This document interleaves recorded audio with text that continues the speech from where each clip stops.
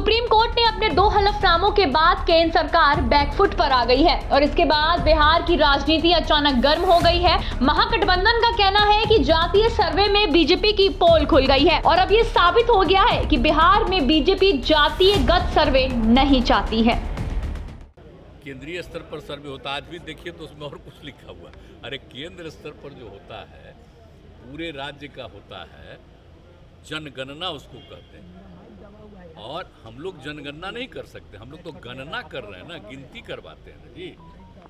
तो वो तो अधिकार है ना किसी को, जनगणना हम लोग थोड़ी कर रहे हैं। तो वो तो केंद्र क्या करता है, खाली SC ST और जो माइनॉरिटी हैं उनकी जातियों के बारे में उनके यहाँ अब तक प्रावधान। और हम लोग बराबर कह रहे थे कि अन्य लोगों का भी कर लीजिए, SC ST सबका करवा दीजिए, माने कि तो वो तो कोई किए नहीं।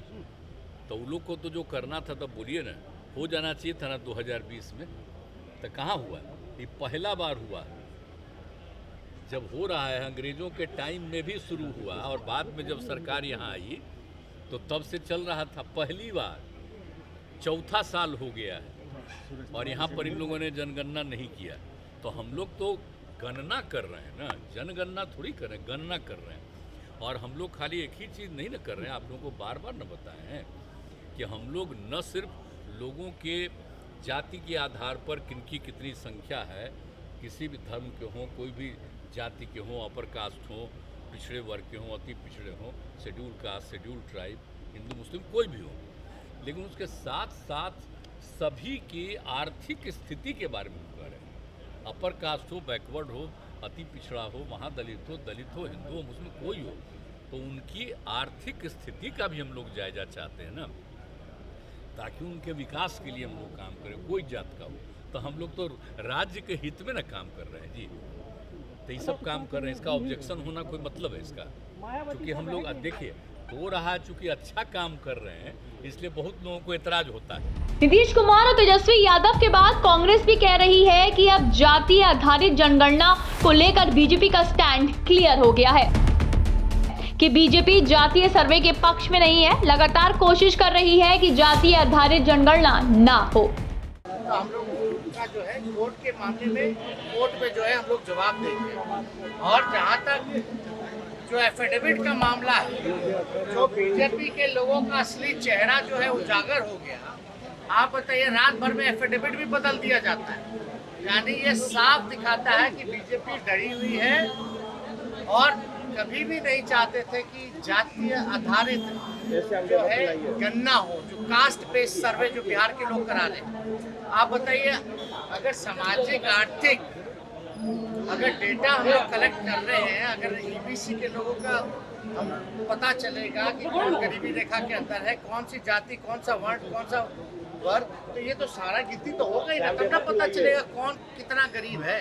देखिए, कांग्रेस पार्टी और हम लोग शुरू से सभी जो इंडिया गठबंधन के लोग हैं ये कहते रहे हैं कि भारतीय जनता पार्टी जातीय जनगणना नहीं चाहती है। लेकिन वो लोग के बार बार करने के बावजूद आपने जैसा कहा, यहाँ सभी सर्वदलीय बैठक तय करके और प्रधानमंत्री जी से लोगों ने कहा था और प्रधानमंत्री जी ने उसमें आश्वासन दिया था कि अगर चाहे तो राज्य सरकार अपने पैसे से करा सकती है। अब जिस तरह का हलफनामा पहले फर्स्ट हाफ में कुछ, सुप्रीम कोर्ट में सेकेंड हाफ में कुछ और, कि जातीय जनगणना नहीं करा सकते हैं आप, तो इससे अब साफ हो गया है कि भारतीय जनता पार्टी और मोदी सरकार जातीय जनगणना के खिलाफ है।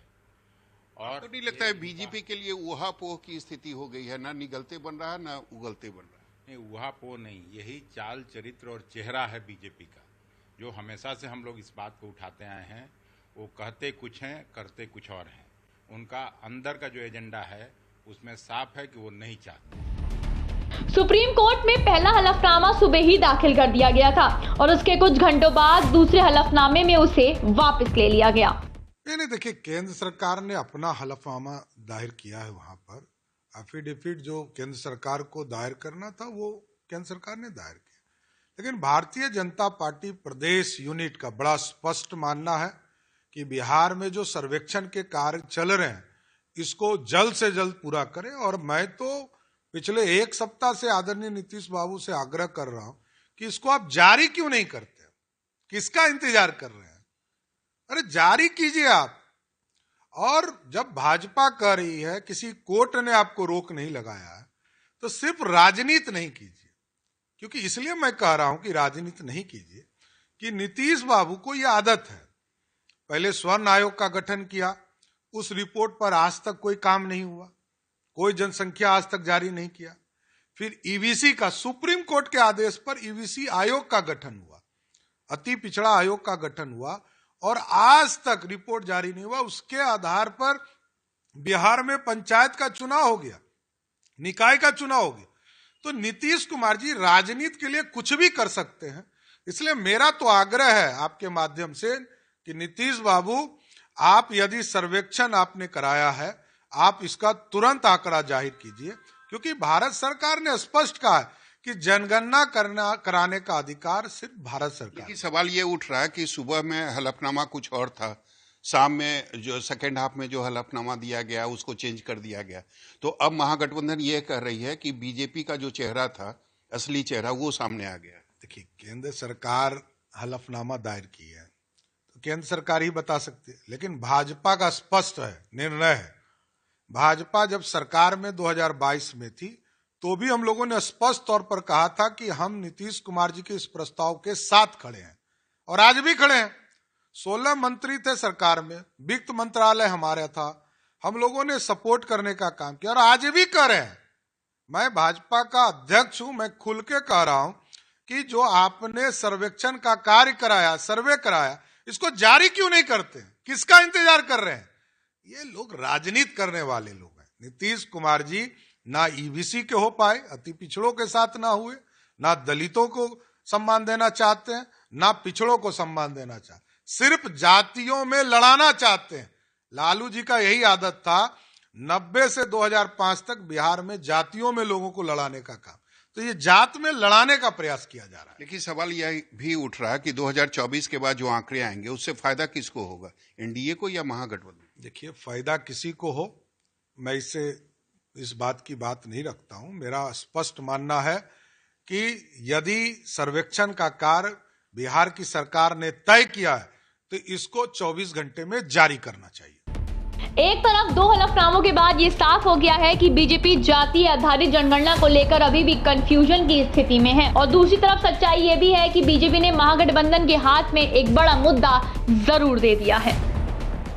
बिहार में शुरू से ही महागठबंधन के नेता बीजेपी पर यह आरोप लगा रहे थे कि कहीं न कहीं जातीय गणना को लेकर बीजेपी विरोध कर रही है। लेकिन अब चूंकि दूसरी हलफनामा जो दी गई है केंद्र सरकार के तरफ से, उसके बाद महागठबंधन को बैठे बिठाए एक बड़ा मुद्दा जरूर मिल गया है।